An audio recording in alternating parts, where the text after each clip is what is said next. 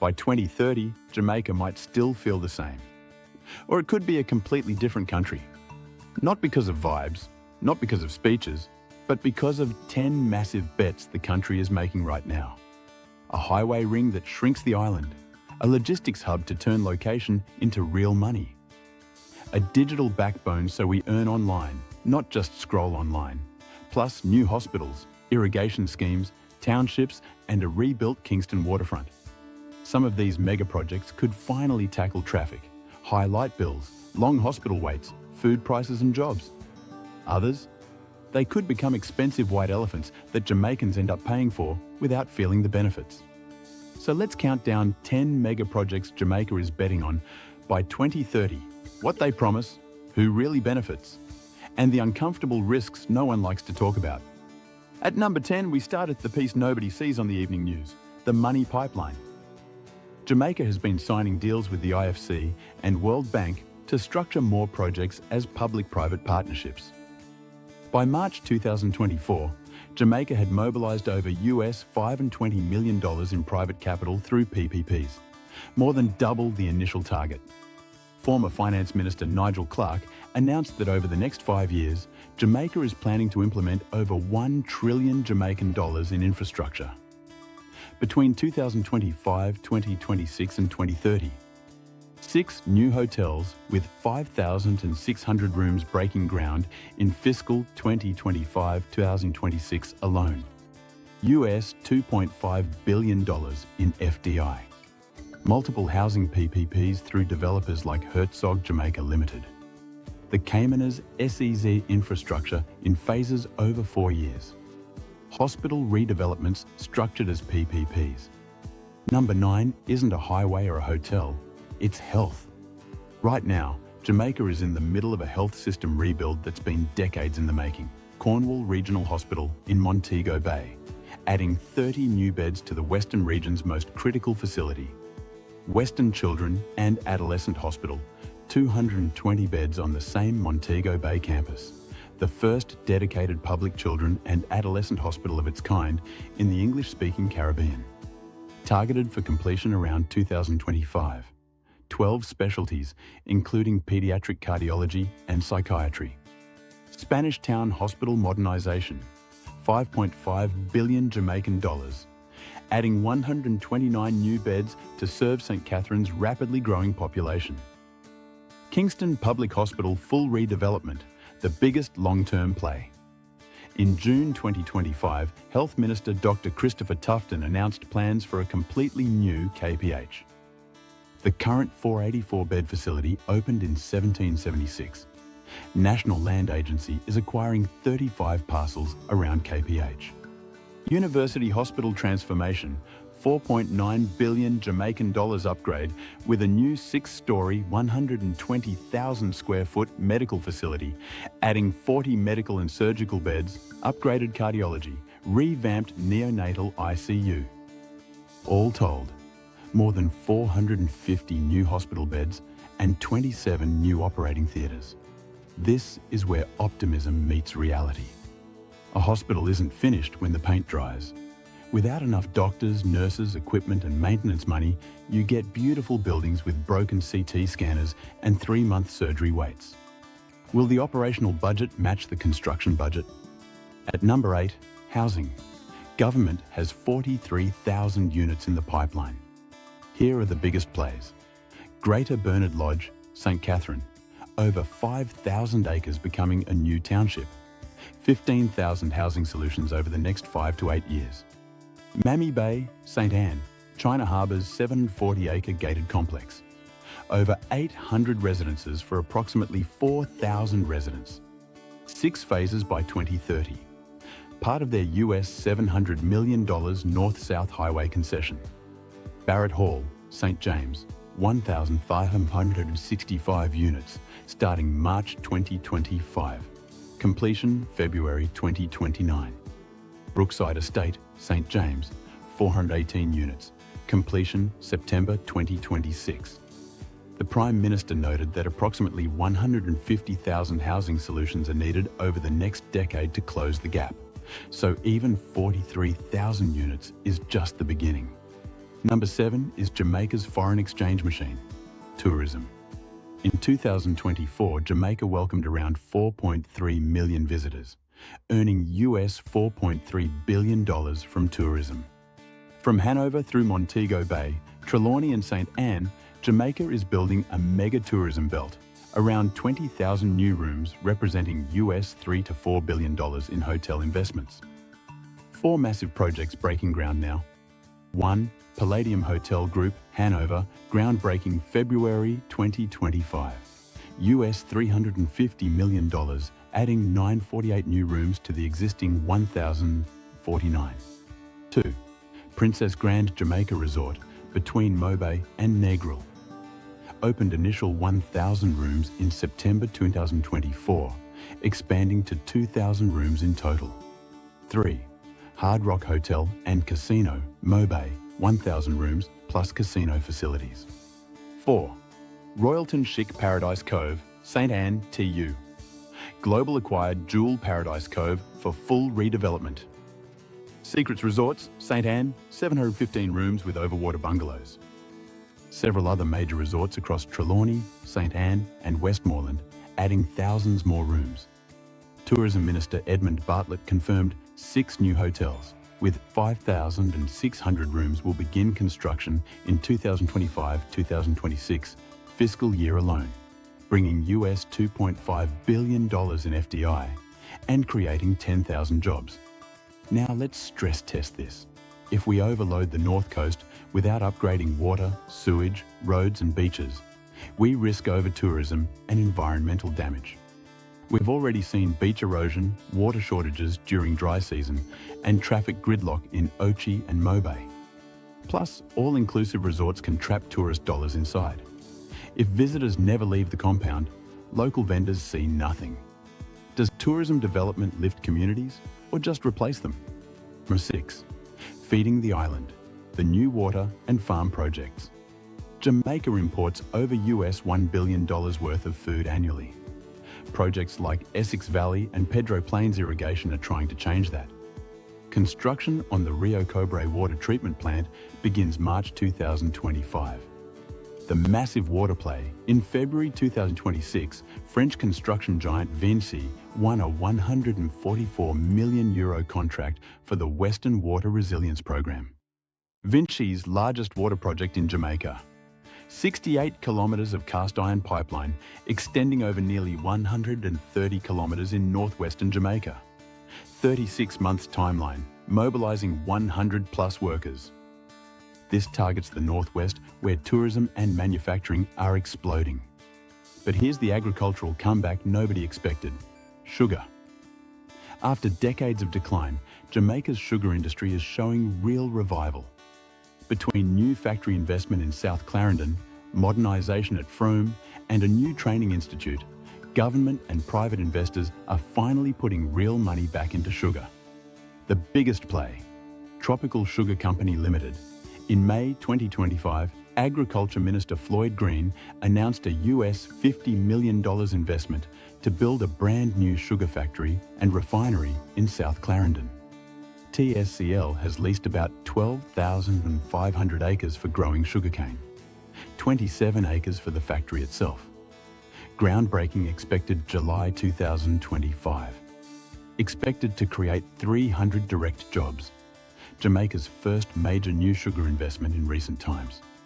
Pan-Caribbean Sugar Company at Frome announced in early 2025 a US $1 million investment in mechanising processes, including bringing in harvesters to address labour challenges. Sugar Industry Authority Training Institute launched January 2025 to train cane farmers and boost productivity.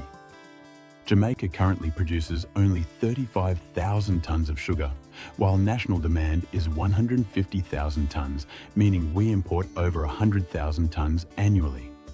We also now import all our molasses for rum production, costing US $27 million in foreign exchange. History tells a different story. Water and sugar alone don't drop food prices. Without good farm roads, cold storage, fair markets, and less wastage, farmers still lose crops before they reach markets and consumers still pay imported prices.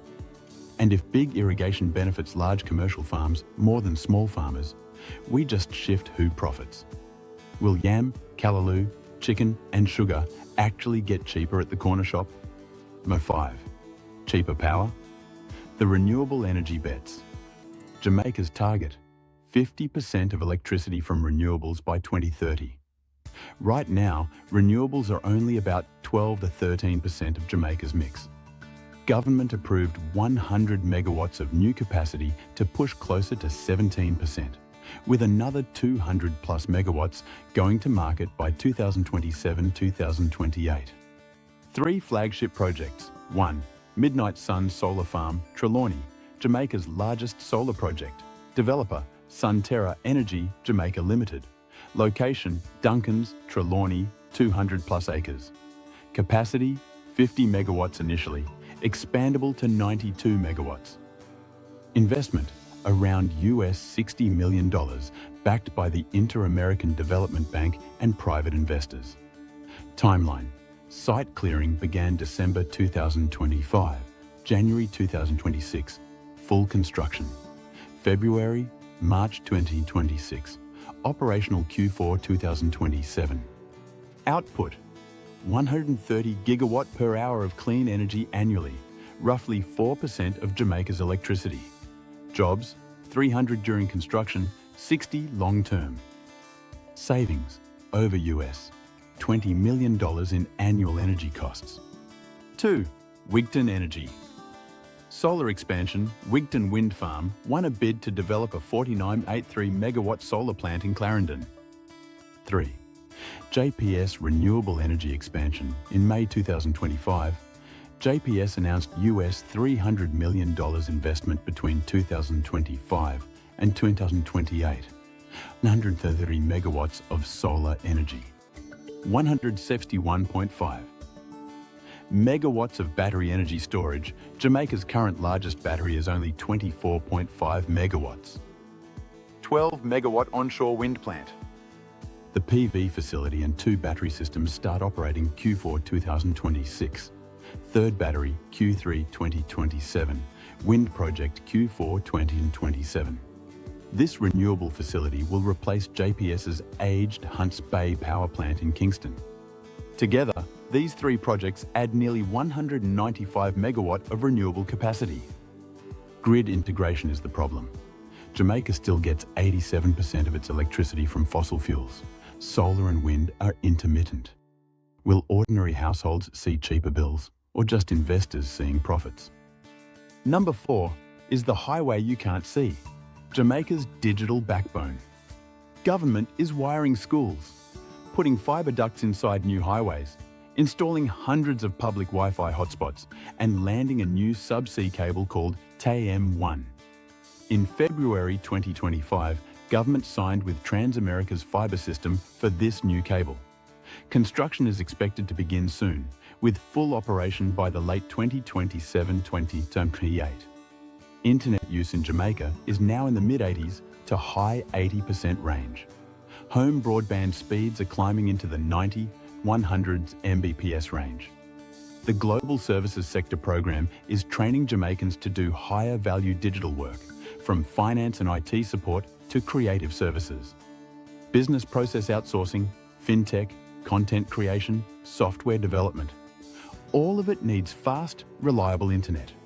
Right now, high-speed home fibre plans, 250 Mbps and up, still cost thousands of dollars per month, out of reach for many low-income families. Is Jamaica building digital infrastructure for everyone, or just for those who can already afford it? At number 3, we're heading downtown to the Kingston waterfront. With the Kiwi project, Kingston Waterfront Improvement Jamaica is trying to turn Kingston's front door into a real economic and cultural space. In October 2024, government signed a US $12 million loan with the World Bank. Overall cost, US $40 million.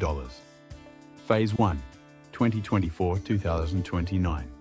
High-quality designs for a modern, multi-use park along the waterfront. Phase 2, 2025-2030, US $28 million. Actual construction, small-scale infrastructure, urban upgrading. The plan? Redesigned waterfront park with bike paths, playgrounds, sports grounds, space for markets, festivals, art and small businesses, climate-resilient features for storm surge. Expected to benefit over 700,000 Jamaicans. Pretty for postcards, but will it work? Downtown Kingston has struggled for decades with crime, disinvestment and perception issues. A waterfront park alone won't fix that. If we ignore crime, parking, transport, garbage and basic safety, the waterfront becomes one nice stretch surrounded by the same old problems. Will this spark a real downtown revival? Or an Instagram spot that locals avoid after dark? Number 2 is the heart of the logistics hub dream. Here's the cluster. Kingston Freeport Terminal upgrade. Over US $400 million invested over 5 years. Dredging access channel, rebuilding Gordon Quay, new terminal equipment. Result: modern terminal with capacity of 3.2 million TEUs. Cargo volumes up 60%, workforce expanded 50%, creating 500 plus jobs. Port of Kingston expansion, US $80 million. Westlands expansion plus an additional US $50 million investment announced July 2025 for new equipment and further capacity increases. Kingston Gateway Warehouses, a new warehouse and logistics complex with direct access to Marcus Garvey Drive, close to the Port of Kingston and Norman Manley Airport. Caymanas Special Economic Zone. In July 2025, Prime Minister broke ground on 700 acres of former sugarlands near Mandela Highway. First phase, $8 billion Jamaican dollars over 4 years, developing 200 acres initially, 500 direct jobs, 200 indirect jobs during construction. Port Authority will initially develop 50 acres funded through divestments on the local stock exchange. The zone features solar-powered microgrids, intelligent logistics, agro-processing, pharmaceuticals, electronics assembly, BPO, fintech, cold storage, warehouses, e-commerce fulfillment centres. PAJ Chairman Alok Jain says the goal is to position Jamaica as the 4th global logistics node alongside Singapore, Dubai and Rotterdam. This is Jamaica trying to cash in on its geography, sitting in the middle of major shipping lanes between the Americas, and build a second foreign exchange engine beside tourism. Special economic zones have failed before, in Jamaica and across the Caribbean. Tax breaks alone don't create success. You need speed, efficiency, reliability, and connectivity. If Caymanas doesn't land big anchor tenants, and if customs and inland roads stay slow, it becomes graded land and power points while cargo chooses Panama, Miami, or Cartagena.